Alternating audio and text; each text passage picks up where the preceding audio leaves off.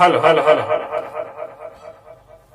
योगी जी के दोबारा सीएम बनला पर बहुत बहुत हार्दिक शुभकामना बा, बहुत बहुत बधाई बा। आ दुगो शब्द कहे के बा, खास करके नेहा के, काहे कि बहुत ज्यादा हल्ला कैले रही है। कहत रही है कि योगी जी दोबारा सीएम ना बने। काबा काबा के बहुत ज्यादा हल्ला कैले रही है जी, यूपी में काबा। तो आई सब सुनल जाओ। अगर अच्छा लगे तो एक लाइक करम लो और शेयर जरूर करम लो। तो आई सब सुनल जाओ।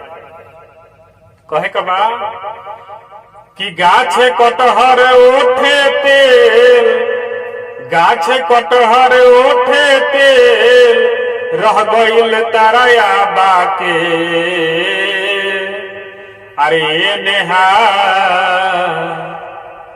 ए नेहा एगो बात सुन, सरकार बनल फिर बाबा के। ए नेहा एगो बात सुन, सरकार बनल फिर बाबा के। गाछे कटहर उठे तेल, रह गईल ताराया बाके। ए नेहा एगो बात सुन, सरकार बनल फिर बाबा के। ए नेहा एगो बात सुन, सरकार बनल फिर बाबा के। योगी जी के जीत भइल, सब विरोधियन चीत भइल। योगी जी के जीत भइल, सब विरोधियन चीत भइल। रटत रह गइलू काबा के। ए नेहा एगो बात सुन, सरकार बनल फिर बाबा के।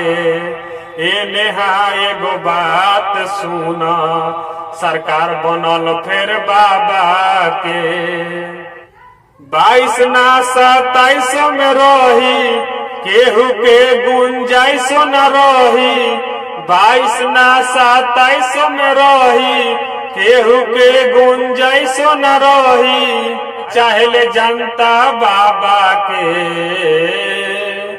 ए नेहा एगो बात सुन, सरकार बनल फिर बाबा के। ए नेहा एगो बात सुन, सरकार बनल फिर बाबा के।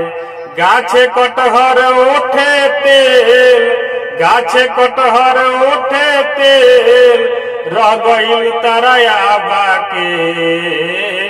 ए नेहा एगो बात सुन, सरकार बनल फिर बाबा के। ए नेहा एगो बात सुन, सरकार बनल फिर बाबा के। ए नेहा एगो बात सुन, सरकार बनल फिर बाबा के।